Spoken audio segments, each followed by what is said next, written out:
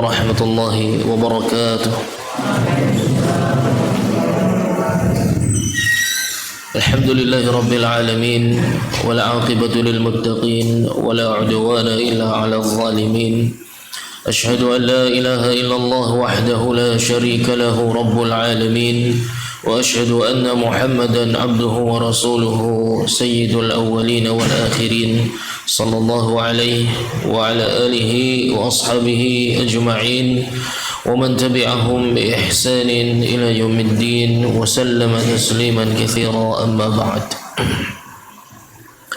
Alhamdulillah, segala puji hanya milik Allah Tabaraka wa Ta'ala yang dengan segala limpahan nikmat, taufik dan hidayahnya, insyaallah Ta'ala pada kesempatan malam hari ini kita akan melanjutkan untuk mengkaji hadis-hadis Nabi Muhammad sallallahu alaihi wasallam yang dikumpulkan oleh Al-Imam An-Nawawi rahimahullahu taala di dalam kitabnya Riyadhus Shalihin. Dan kita sudah sampai pada hadis yang ke-6 insyaallah taala, hadis tentang salah seorang sahabat yang bernama Sa'ad bin Abi Waqqas. Sa'ad bin Abi Waqqas radhiyallahu anhu, di pertemuan yang lalu sudah kita singgung beliau pada saat Hajjatul Wada', yaitu hajinya Nabi Muhammad sallallahu alaihi wasallam bersama para sahabat mengalami sakit yang berat di kota Mekah. Ya, kemudian beliau radhiyallahu anhu khawatir tidak bisa ikut pulang ke kota Madinah. Ya, beliau radhiyallahu anhu khawatir tidak bisa ikut pulang ke kota Madinah, padahal beliau berada di kota Mekah, akan tapi lebih memilih ikut pulang ke kota Madinah. Beliau orang Mekah, ya. Sa'ad bin Abi Waqqas radhiyallahu anhu orang Mekah, akan tetapi ketika sudah hijrah, beliau tidak ingin berada di tempat dahulu banyak menyimpan memori-memori jahiliyah, ya. Banyak menyimpan kenangan-kenangan perbuatan-perbuatan maksiat, kebodohan, kejahilan. Beliau tidak ingin berada di negeri itu. Beliau ingin berada di negeri tempat beliau hijrah dan diwafatkan Allah Subhanahu wa taala di tempat beliau hijrah, yaitu di kota Madinah Nabawiyah. Kemudian beliau radhiyallahu anhu bertanya kepada Nabi Muhammad sallallahu alaihi wasallam, "Ukhallaf ba'da ashabi?" Apakah aku akan ketinggalan rombongan ya Rasulullah? Aku akan tetap di kota Mekah. Apakah aku akan wafat di sini? Kata Nabi sallallahu alaihi wasallam, kamu enggak akan wafat di kota Mekah, ya. Kamu enggak akan wafat di kota Mekah. Akan tetapi dimanapun kamu wafat sebenarnya enggak ada masalah, ya. Karena setiap amalan yang kamu lakukan tabtaghi bihi wajhallah, kamu mengharapkan amalan itu ikhlas untuk kehidupan akhirat, maka itu akan menaikkan derajatmu dimanapun kamu berada, ya. Maka kalimat ini menunjukkan bahwasanya ibadah kita meskipun dilakukan di daerah Majasem, ya, di Kriya Majasem Baru, di kota Tegal, itu bisa jadi ibadah tersebut kedudukannya sangat tinggi di hadapan Allah Subhanahu wa taala, mengalahkan ibadah mereka yang berada di kota Mekah maupun kota Madinah. Ya, jadi jangan kecil hati hanya karena kita berada di kota yang kecil, bukan tempatnya, akan tetapi zat ibadahnya itu akan menentukan kualitas ibadah seseorang. Bisa melampaui kualitas ibadah seseorang yang berada di tempat-tempat yang utama seperti di Mekah, Madinah atau Masjid Al-Aqsa. Kemudian Nabi sallallahu alaihi wasallam juga mengatakan, wala'allaka an tukhallaf hatta yantafi'a bika aqwamun wa yudarru bika akharun. Bisa jadi kamu berada di tempat yang tidak kamu inginkan, ya. Kadang kita kan seperti itu, ya, lebih nyaman di tempat yang kita inginkan, tapi qadarullah kita berada di tempat yang tidak kita inginkan, ya. Itu sudah pernah terjadi kepada pribadi salah seorang sahabat yang termasuk 10 al-asyrah al-mubasysyirina bil jannah, 10 sahabat yang dijanjikan masuk surganya Allah Subhanahu wa taala. Siapa aja 10 tersebut? Ambil yang 4 langsung khulafaur rasyidin, ya. Selesai yang 4, ya. Tinggal 6 lagi. Siapa? Zubair bin Al-Awwam, kemudian Abdurrahman bin Auf, Hadza huwa ar-rajul. Ya, ini yang sedang kita bicarakan, Sa'ad bin Abi Waqqas. Kemudian Sa'id bin Zaid, ya, Amirul Madinah, ya, pemimpinnya Ansar. Kemudian Abu Ubaidah Ibn Al-Jarrah, ya, panglima kebanggaan Khalifah Amirul Mukminin Umar radhiyallahu anhu, selalu menangis kalau ketemu dengan Abu Ubaidah Ibn Al-Jarrah. Abu Ubaidah Ibn Al-Jarrah itu seorang pemimpin pasukan yang sangat disegani dan dihormati oleh rekannya, oleh atasannya, oleh bawahannya. Semua orang tidak bisa meremehkan satu orang ini. Kenapa? Karena beliau seorang panglima yang hidup seperti rakyat pada umumnya. Ya, beliau berpakaian seperti pakaiannya orang biasa, rumahnya seperti rumahnya orang biasa, perabotnya seperti perabotnya orang biasa. Padahal beliau seorang panglima perang dan membuka negeri Syam. Ya, membuka negeri Syam, negeri yang menguasai perdagangan dunia pada saat itu. Ya, tapi betul-betul dunia itu perkara yang kecil buat Abu Ubaidah Ibn Al-Jarrah radhiyallahu anhu. Taib Sa'ad bin Abi Waqqas, Nabi SAW mengatakan kepadanya, kamu tidak perlu khawatir, ya, kalau kamu berada di tempat yang tidak kamu inginkan, ya, kalau kamu bekerja di tempat yang tidak kamu bayangkan akan bekerja di sana, atau antum sekolah di tempat yang tidak antum pernah bayangkan akan sekolah di sekolah tersebut, atau antum tinggal di tempat yang tidak pernah antum bayangkan akan tinggal di tempat tersebut, dan antum bayangkan tempat yang lain. Saya berharap tidak di sini, saya harapannya di sana. Yang ideal itu saya tinggalnya di Madinah, yang ideal saya tinggalnya di Mekah, tapi qadarullah saya tinggal di Tegal dan lain sebagainya. Ya. La'allaka an takhallaf hatta yantafi'a bika aqwamun wa yudarru bika akharun. Kalau Allah Subhanahu wa taala meletakkan kamu di sebuah tempat bekerja, tempat sekolah, tempat tinggal, semoga saja niat baik itu, niat baik kamu menjadi hamba Allah Subhanahu wa taala yang baik, yang sungguh-sungguh menjadikan orang di sekitarmu mengambil manfaat dari keberadaanmu, meskipun tempatnya kamu tidak terlalu suka, ya, atau tempatnya tidak kebayang saya akan sekolah di sini, tidak kebayang saya akan tinggal di sini. Wah, ininya begini, ininya begitu, fasilitasnya serba kurang, hawanya kurang enak, ya, iklimnya panas, hujan dan lain sebagainya, serba tidak nyaman. Bisa jadi ketika seseorang sudah menjadi hamba yang baik, kemudian ditempatkan di tempat yang tidak dia inginkan, berarti Allah Subhanahu wa taala menginginkan hikmah yang berbeda. Ya, hikmahnya adalah orang di sekitar antum akan mengambil manfaat dari keberadaan antum.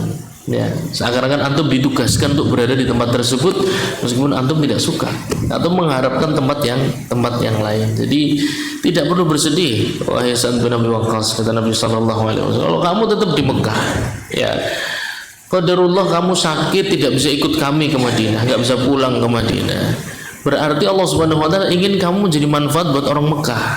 Nah, jadi nggak perlu khawatir, ya. Dan juga bisa jadi orang-orang yang menginginkan keburukan di kota Mekah, ketika kamu ada di sana mereka tidak jadi berbuat keburukan. Ya. Jadi keberadaan seseorang yang saleh, yang memiliki niat yang baik dimanapun mereka berada, itu merupakan kebaikan dan mencegah keburukan, meskipun dia tidak terlalu cocok, merasa kurang serg di tempat tersebut. Tapi selama banyak orang mengambil manfaat dari antum dan banyak kemungkaran bisa dicegah dengan keberadaan antum, maka janganlah terlalu panjang angan-angan. Orang seperti saya harusnya tinggalnya di sana, saya harusnya sekolah di sana, saya harusnya nasibnya seperti fulan, saya harusnya karirnya seperti fulan. Tidak perlu membayangkan jadi orang lain. Ya. Tempat yang antum berada sekarang, status yang antum miliki sekarang, level yang antum dapatkan sekarang, bisa jadi itu yang diinginkan Allah Subhanahu wa taala, agar orang di sekitar antum mengambil manfaat dari antum dan kemungkaran di sekitar lingkungan tersebut menjadi pudar perlahan-lahan dengan keberadaan antum di tempat tersebut.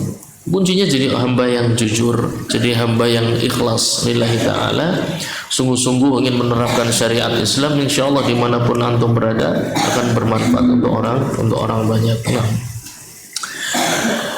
Kemudian Nabi SAW berdoa, Allahumma amdi li ashabi hijratahum, ya Allah tuntaskanlah hijrahnya sahabat-sahabatku, maksudnya wafatkanlah mereka di Madinah. Ya, karena mereka sudah jauh-jauh dari Mekah, Madinah, balik lagi ke Mekah. Tidak mau, mereka inginnya tuntas hijrahnya sampai mati. Ya, amdili ashabi hijratahum, Ya Allah, tuntaskanlah hijrah sahabat-sahabatku, wafatkan di kota Madinah. Wala taruddahum ala aqabihim, jangan kembalikan mereka kepada kehidupan jahiliyah. Ya. Maka jangan kita cenderung kepada kenangan-kenangan masa lalu, teman-teman masa lalu, ya, atau yang sudah di pondok pesantren dapat teman-teman yang baik. Itu justru condong kepada teman-teman di rumah, ya, yang tidak ada hafalan Quran, cuma main HP dan lain sebagainya. Itu bukan akhlak para sahabat, ya.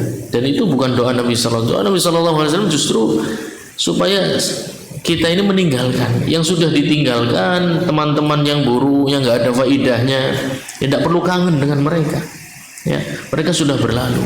Ya, kehidupan jahiliyah sudah berlalu, hura-hura sudah berlalu, isinya cuma seneng-seneng, ya, main-main sudah berlalu.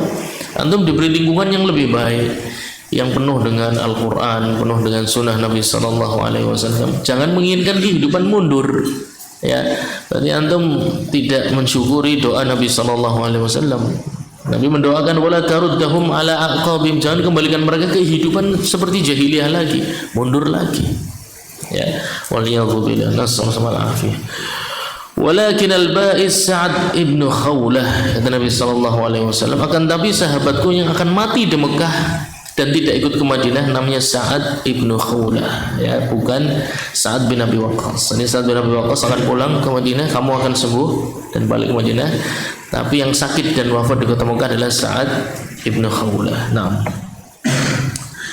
baik, hadis berikutnya dari sahabat Abi Hurairah radhiyallahu anhu, boleh ditulis Ustaz Suanda, ya, hadis ke-7, ya, hadis ke-7. Nah, ini hadis muhim, ya, ini hadis fi ghayatil ahamiyah, sangat penting dan harus mampu difahami oleh setiap muslim dan muslimah. Dari sahabat Abi Hurairah radhiyallahu anhu qala Rasulullah sallallahu alaihi wasallam, ya, inna Allah la yanzuru ila ajsamikum wala ila suwarikum walakin yanzuru ila qulubikum, rawahu Muslim. Ya. Nabi sallallahu alaihi wasallam bersabda, sesungguhnya Allah Subhanahu wa taala la yanzuru ila ajsamikum. Allah Subhanahu wa taala tidak menilai keutamaan seseorang itu dari fisik. Ya. Jadi yang merasa lebih ganteng daripada yang lain, ya, yang merasa kulitnya lebih putih daripada yang lain, ya, yang merasa badannya lebih tinggi, lebih besar daripada yang lain, itu semua di depan Allah Subhanahu wa taala sama, ya. Tidak ada yang lebih daripada yang lain hanya karena masalah fisik sama sekali. Ya, itu kalau kita meremehkan orang hanya karena lebih kecil, ya, ini kebiasaan anak-anak sekolah biasanya membuli, ya. Ada teman seangkatan yang fisiknya terlambat tumbuh, kecil, ya, kemudian dibuli, ya, diledek terus, dibuat bahan candaan. Ini berarti berbeda jalan dengan Allah Subhanahu wa taala, ya. Mengingkari hadis Nabi Muhammad sallallahu alaihi wasallam. Allah enggak beda-bedakan, kok kita beda-bedakan. Ya. Allah Subhanahu wa taala tidak meridhai hamba-hamba yang bangga dengan fisiknya, merendahkan orang lain yang fisiknya kurang, ya. Yang hidungnya mancung menghina yang pesek, ya. Yang matanya belum menghina yang sipit, yang putih menghina yang gelap, yang rambutnya gondrong bagus lurus menghina yang keriting keribu, ya. Itu kan kebiasaan anak-anak sekolah tuh, ya, membuli fisik teman-temannya. Ini jelas bertentangan dengan sunnah Nabi Sallallahu Alaihi Wasallam. Akhlak yang jauh dari sunnah Nabi Sallallahu Alaihi Wasallam. Membuli masalah fisik muharramah, ya, itu merupakan perbuatan-perbuatan dosa besar.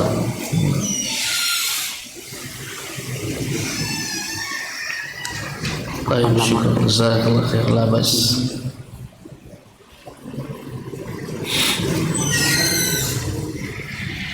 Inna Allah la yanzuru ila ajsamikum wala suwarikum, dan juga penampilan-penampilan kalian, ya. Tidaklah orang yang berpenampilan kemudian keren, ya, merendahkan orang yang bajunya lusuh, ya. Itu semua di hadapan Allah Subhanahu wa taala sama saja, ya. Tidak fisiknya, tidak penampilannya sama, ya. Atau kendaraan, ya. Kadang seseorang pengen kendaraannya keren, naik mobil yang keren, naik motor yang keren. Kalau tujuannya ingin mengambil manfaat dari benda tersebut, boleh-boleh saja.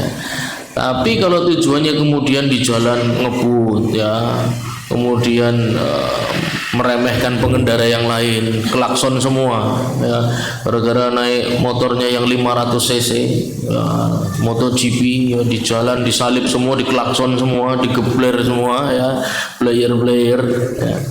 Naik mobil klakson terus ya, maunya di tengah tidak mau minggir, nah, ini musibah ya. Sama yang naik sepeda, yang naik motor, yang naik, semua sama, lihatnya adalah manfaatnya. Kalau itu bermanfaat silahkan gunakan, tapi bukan alat untuk menampakkan kita lebih baik daripada orang lain ya. Dan yang kendaraan ini tidak lebih baik dari orang lain juga tidak boleh minder ya. Wah, dia orang kaya, naiknya mobil, naiknya motor, saya jalan kaki, sepeda, tidak boleh. Itu kufur nikmat juga, sama ya. Yang kendaraan tidak lebih baik dari orang yang dia inginkan, itu juga tidak boleh. Kemudian merasa kecil hati, minder, kufur nikmat juga itu ya. Karena Allah Subhanahu wa taala tidak membeda-bedakan, kok kita membeda-bedakan ya. Sama fisik tidak dibeda-bedakan, penampilan pun tidak dibeda-bedakan ya.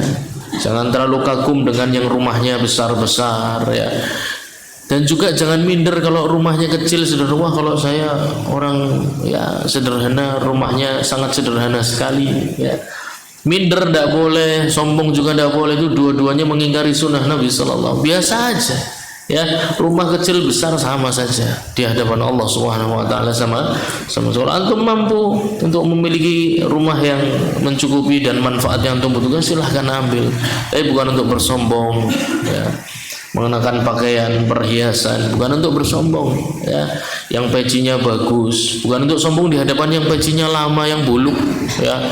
Terus peci ini warnanya bagus luntur ya, kemudian dia pecinya bagus, jelas itu menyelisih sunnah Nabi Sallallahu Alaihi Wasallam. Tapi yang cuma punya peci satu doang kemudian warnanya luntur, tidak boleh minder ya. Kemudian kalau ketemu yang pakaiannya bagus, minder dia, minder nggak boleh, sombong juga nggak boleh, sama itu ya. Berarti kufur nikmat. Dia harus menganggap semua itu semampunya. Saya mampunya ini yang terbaik, biasa aja. Lihat yang bagus, masya Allah, tabarakallah ya. Lihat yang kurang bagus ya biasa saja, alhamdulillah ya. Walakin yanzuru ila qulubikum. Nah, akan tetapi yang Allah Subhanahu wa taala perhatikan dan nilai itu isi hati seseorang ya. Bukan dari pakaiannya, bukan dari tinggi badannya, bukan dari warna kulitnya ya, bukan dari keahlian bela dirinya, bukan dari keahlian olahraganya. Itu semua hal yang biasa sekali di hadapan Allah Subhanahu wa taala ya. Antum menikmati silahkan, tapi jangan untuk meremehkan yang tidak hebat ya, untuk membuli ya, hanya karena antum memiliki kelebihan dalam satu gerakan olahraga atau bela diri, kemudian yang nggak pinter antum bully, itu musibah ya. Itu kufur nikmat namanya. Diberi nikmat tapi untuk merendahkan orang lain, tidak boleh ya. Dan juga yang merasa terlambat, waduh, dibelajarin olahraga nggak pinter-pinter, dibelajarin bela diri nggak pinter-pinter, nggak boleh minder juga ya. Di hadapan orang yang mungkin perkembangan skill olahraga atau bela dirinya cepat, nggak perlu minder. Setiap orang berbeda-beda kemampuan belajarnya ya. Minder tidak boleh, sombong pun tidak boleh ya. Walakin yanzuru ila qulubikum, akan tetapi yang berbeda di hadapan Allah Subhanahu wa taala itu adalah isi hati setiap hamba-hambanya. Al-i'tina bi halil qalbi wa sifatihi ya. Seorang muslim harus lebih perhatian kepada kondisi hatinya ya. Apakah dia orang yang mudah marah, mudah tersinggung ya, mudah iri kepada kemampuan orang lain atau harta milik orang lain, hasad kepada fisik orang lain ya. Ini semua lebih penting dibandingkan beli pakaian baru ya. Nanti sebentar lagi liburan ya, sebelum beli pakaian baru ya, kemudian beli aksesoris terbaru, minta kepada orang tuanya beli HP ada apa ya. Itu semua nomor dua. Yang pertama diperhatikan, perhiasan manusia itu hatinya Ya, manusia fisik sebaik apapun, kalau hatinya busuk, dia nggak akan pernah punya teman. Ya, dijauhi saudara, dijauhi teman, dijauhi keluarga. Mau pakaian sebaik apapun, mau punya uang antum miliaran, kalau hatinya busuk, antum nggak akan pernah punya teman, antum akan hidup sendiri. Ya, tapi kalau antum punya hati yang baik, ya, punya hati yang ikhlas, jujur apa adanya, orang akan menganggap antum seseorang yang sangat berharga, meskipun uangnya tidak seberapa, meskipun pakaiannya tidak terlalu mewah, ya, meskipun ilmunya tidak seberapa, akan tetapi isi hatinya luar biasa baik, ya, keikhlasannya sangat tinggi, ya, bertakwa kepada Allah Subhanahu wa taala. Ini orang-orang yang betul-betul berhias, ya. Jadi Islam itu ingin umat Islam itu berhiasnya pakai hati. Isi hati itu perhiasan seorang manusia yang sebenarnya, ya. Dan itu sudah merupakan hal yang umum, bahkan sebelum Islam tiba pun seperti itu, ya. Bangsa Arab itu punya perumpamaan, wa innamal mar'u bi asgharaihi lisanihi wa qalbihi. Manusia itu akan ditimbang, memiliki bobot di masyarakat itu dengan 2 poin, lisannya dan hatinya, ya. Kalau dia lisannya ketus, suka membuli, tertawa terbahak-bahak, ngomongnya kasar, mau dia status sosialnya setinggi apapun di masyarakat tidak ada nilainya, ya. Kemudian isi hatinya, ya, orangnya suka hasad, iri, dengki, setiap kumpul ngerasani, ya, setiap kumpul mencaci, setiap kumpul untuk momen, ya, ghibah dan lain sebagainya, atau adu domba, ya, hatinya busuk, ya. Orang-orang seperti ini nggak akan pernah berguna di masyarakat, mereka akan menjadi sampah masyarakat. Ini nggak boleh seorang muslim dan muslimah itu lisan dan hatinya busuk, itu nggak boleh. Kalau sampai lisan dan hatinya busuk, dia nggak akan berguna dimanapun, bekerja dimanapun akan dikucilkan, ya, berada di lingkungan manapun akan ditinggalkan. Itu modal seorang manusia, lisan dan hatinya, ya. Jadi perhatikan 2 hal tersebut. Jangan hanya peduli masalah fisik, selalu tentang pakaian baru, kendaraan baru, terus fisik itu nggak seberapa di hadapan Allah Subhanahu wa taala. Tapi perbaiki kualitas diri masing-masing. Lihat, saya ini orang seperti apa sih? Saya ini orang gampang marah, berarti itu harus diperbaiki. Saya ini orang gampang tidur, ya, pengajian baru mulai langsung tidur misalnya, ya, itu berarti harus diperbaiki, ya. Tahun depan tidak boleh gini lagi. Saya susah bangun subuh misalnya, ya. Fokus ke hal-hal seperti itu. Saya kalau disuruh orang tua marah, ya, rasanya nggak nyaman, ingin taat kepada orang tua itu rasanya berat. Perbaiki. Itu perhiasan seorang muslim dan muslimah, ya itu, ya. Ta'zim kepada guru, kepada asatidzah, mengajarkan antum Quran dan Sunnah, ya. Para sahabat, ya, seorang keponakan Nabi Muhammad sallallahu alaihi wasallam, ya, ibnu ammi Rasulillah sallallahu alaihi wasallam, Abdullah bin Abbas radhiyallahu anhu, suatu hari pernah berkunjung ke rumahnya Zaid bin Thabit, ya. Afradukum Zaid, kata Nabi sallallahu alaihi wasallam, di antara kalian yang paling paham ilmu faraid atau ilmu waris itu Zaid bin Thabit, ya. Suatu hari Abdullah bin Abbas itu ingin bertanya suatu masalah kepada Zaid bin Thabit. Abdullah bin Abbas turjumanul Quran, ya, seorang alim terhadap Al-Quran. Riwayat hadisnya sangat banyak, tafsir Qurannya sangat banyak. Begitu bertemu Zaid bin Thabit, ya, beliau mencium tangannya, kemudian kendaraannya diparkirkan. Zaid bin Thabit sahabat biasa, beliau orang Madinah, ya. Beliau nggak nyaman seperti itu kan oleh anak dari paman Nabi sallallahu alaihi wasallam, keluarga kerabat Nabi sallallahu alaihi wasallam memuliakan seperti itu. Beliau bingung, nggak pantas, wahai ibnu ammi Rasulillah, nggak pantas saya dimuliakan seperti, nggak pantas, kamu itu keponakan Nabi sallallahu alaihi wasallam, ya. Kata beliau, hakadza naf'alu bi ulama'ina, ya, kata Abdullah bin Abbas radhiyallahu anhu, seperti inilah kami memperlakukan para ulama, ya.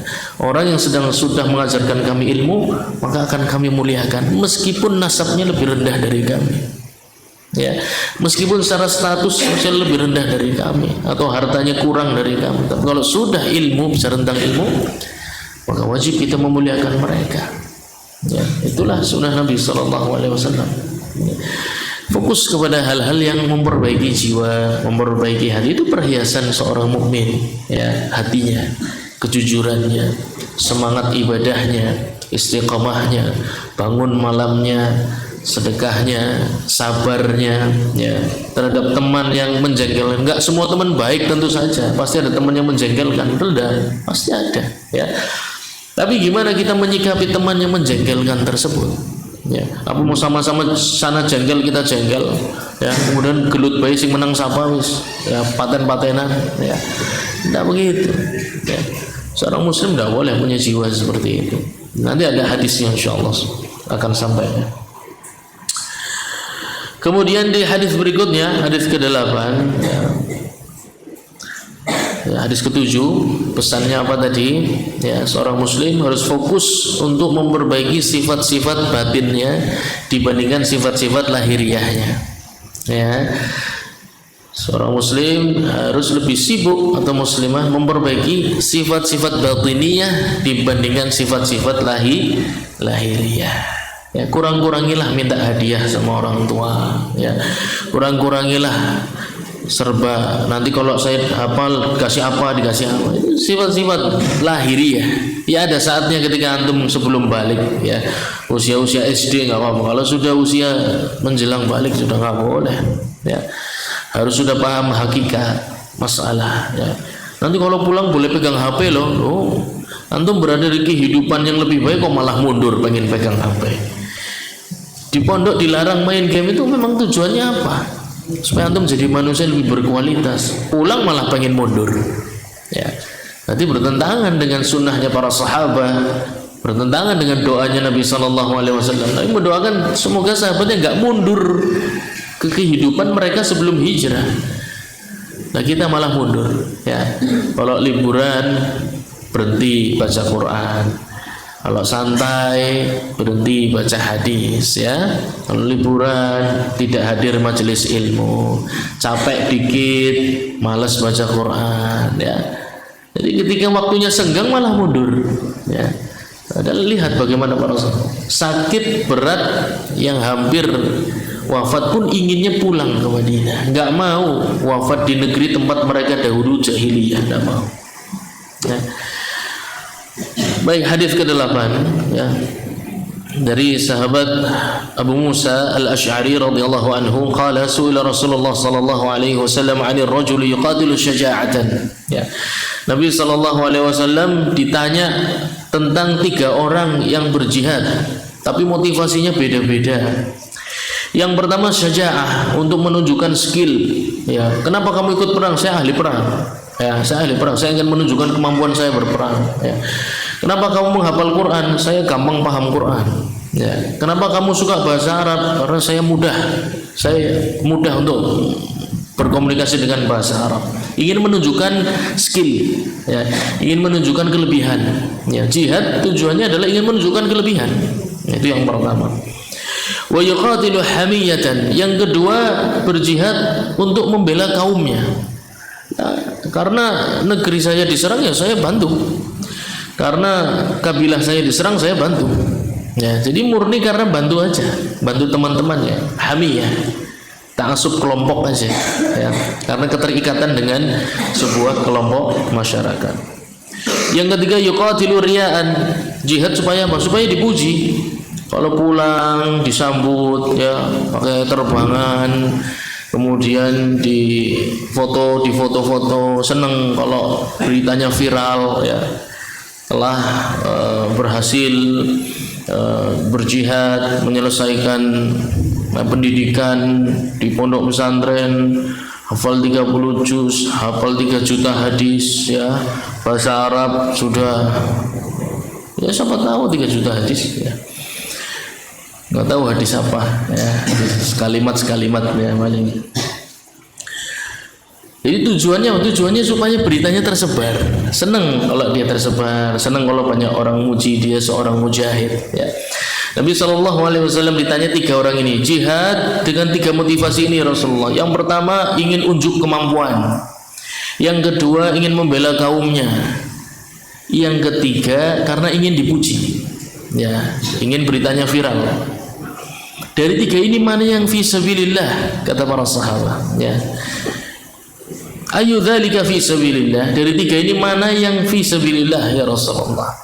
Faqala Rasulullah sallallahu alaihi wasallam, kemudian bersabda Nabi Muhammad sallallahu alaihi wasallam, man qatala litakuna kalimatullahi hiyal ulya fahuwa fi sabilillah, muttafaqun alaihi. Mereka yang dihitung jihad fi sabilillah itu cuma 1, ya, yang punya motivasi tujuan supaya kalimatullahi hiyal ulya, untuk meninggikan kemuliaan agama Islam. Cuma itu yang bisa dihitung fi sabilillah. Kalau tidak punya, antum duduk di majelis ilmu, tujuannya berbeda-beda, saya nggak akan tanya, ya. Akan tetapi yang akan dihitung sebagaimana sabda Nabi sallallahu alaihi wasallam, man jaa ila masjidi hadza la yuridu illa khairan yata'allamuhu aw yu'allimuhu fahuwa kal mujahid fi sabilillah. Barang siapa yang datang ke masjidku ini tidak menginginkan kecuali kebaikan, dia belajar atau mengajarkan kepada orang lain, kecuali kedudukannya seperti mujahid fi sabilillah. Kalau kita kaitkan dengan hadis ini, maka tidak semuanya, kecuali yang punya niat 1 supaya meninggikan kedudukan agama Islam. Jadi tujuannya berbeda-beda. Ada yang ngisi waktu, ada yang karena disuruh sama ustadznya, ada yang karena aturan pondok, ya, ada yang karena nggak enak, ada yang karena ikut-ikutan, ada yang macam-macam alasannya. Semua itu sia-sia kecuali 1 yang niatnya untuk meninggikan kalimatullah, meninggikan syariat Allah Subhanahu wa taala. Maka tujuannya harus untuk berdakwah, ya. Makanya ketika datang di majelis ilmu itu harus usahakan menyerap informasi atau bertanya, ya, muncullah diskusi, kemudian nanti diajarkan kepada orang lain supaya syariat Islam ini tinggi kedudukannya di mata masyarakat. Nah,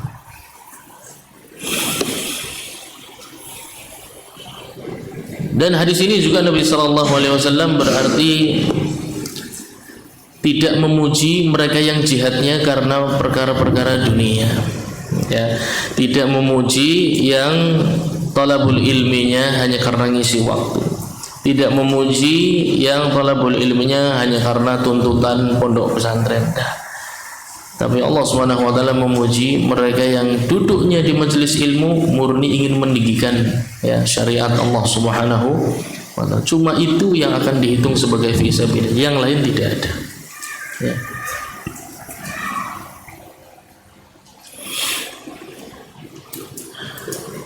Baik, kemudian hadis yang ke-9, Nah, sambil ditulis, ya, sambil ditulis satu. Nanti santai, kalau nggak nyukup waktunya kan bisa di papan tulisan, nanti bisa dilihat di belakang. Dari sahabat Abu Bakrah Nufai' bin al-Harith al-Thaqafi radhiyallahu anhu, anna Nabiy sallallahu alaihi wasallam qala, idza iltaqa al-muslimani bi sayfihima fal qatil wal maqtul fi an-nar. Qultu ya Rasulullah, hadha al-qatil fama balu al-maqtul? Qala innahu kana harisan ala qatli sahibihi, muttafaqun alaihi. Dari sahabat Abu Bakrah radhiyallahu anhu, Nabi sallallahu alaihi wasallam bersabda, kalau 2 orang muslim bertemu, ya, bisayfihima, kemudian dengan tujuan untuk saling berperang, ya, enggel-enggelan, cengkel-cengkelan, tujuannya mau berantem, ya, 2 orang muslim dengan tujuan ingin saling menyakiti, ya, yang satu menang, yang satu kalah. Kata Nabi sallallahu alaihi wasallam, dua-duanya di neraka, tidak yang menang, tidak yang kalah, sama saja. Ya Rasulullah, yang menang tentu saja di neraka. Loh, yang kalah sudah kalah masih masuk neraka? Iya, karena yang kalah pun sebenarnya ingin mengalahkan temannya tadi, ya. Dari awal motivasinya ingin saling mengalahkan, ya. Makanya tadi kita sampaikan, yang punya masalah dalam emosi, yang punya masalah dalam kontrol diri, itu nggak usahlah minta-minta hadiah kalau pulang ke rumah. Perbaikilah kondisi hati ya. Yang punya masalah dengan bangun subuh, yang punya masalah dengan membaca Al-Quran, sulit ya untuk menghafal, susah untuk lama betah baca Al-Quran, itu masalah-masalah yang harus diperbaiki. Ketika pulang ke rumah, ketika liburan punya waktu luang, perbaiki itu ya. Bukan untuk cari barang baru, beli ini, beli itu, nggak akan memperbaiki apapun. Sebagai kualitas manusia nggak akan tumbuh ya. Buat apa penampilan kita tumbuh, usia kita tumbuh ya, akan tetapi hati kita nggak pernah tumbuh. Persis seperti anak kecil ya. Persis anak kecil kan gampang marah ya, suruh apa marah, disuruh apa marah. Jadi kalau kita sudah besar masih gampang marah, disuruh apa ngeyel ya, disuruh melakukan ketaatan masih banyak menawar. Itu persis seperti anak kecil. Berarti jiwanya belum tumbuh sama sekali, hanya badannya saja membesar, usianya bertambah, tapi jiwanya jiwa anak-anak ya. Maka harus dikurangi ya, untuk memperbaiki sifat-sifat lahiriah. Coba perbaiki sifat-sifat batiniyah kita ya.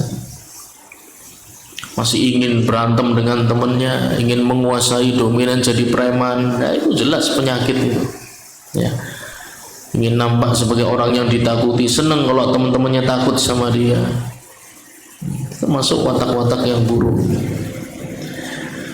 Dan kalau sampai dua orang muslim bertarung, berantem ya, saling membenci, yang menang dan kalah sama-sama di neraka, waliyahzubillah ya. Tidak ada hebatnya menjadi seorang yang emosional kemudian premanisme, nggak ada hebatnya. Di mata Allah Subhanahu wa taala finnar, ujungnya masuk neraka, waliyahzubillah.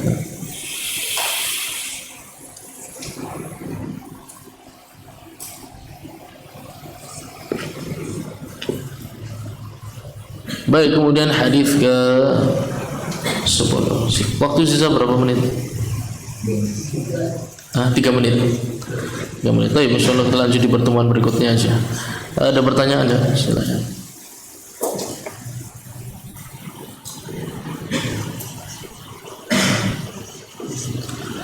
Baik, kalau tidak ada pertanyaan, insyaallah kita lanjut di pertemuan yang akan datang. Semoga sedikit ini bermanfaat untuk kita semua. Subhanakallahumma wa bihamdika asyhadu an la ilaha illa anta astaghfiruka wa atubu ilaik. Wassalamualaikum warahmatullahi wabarakatuh.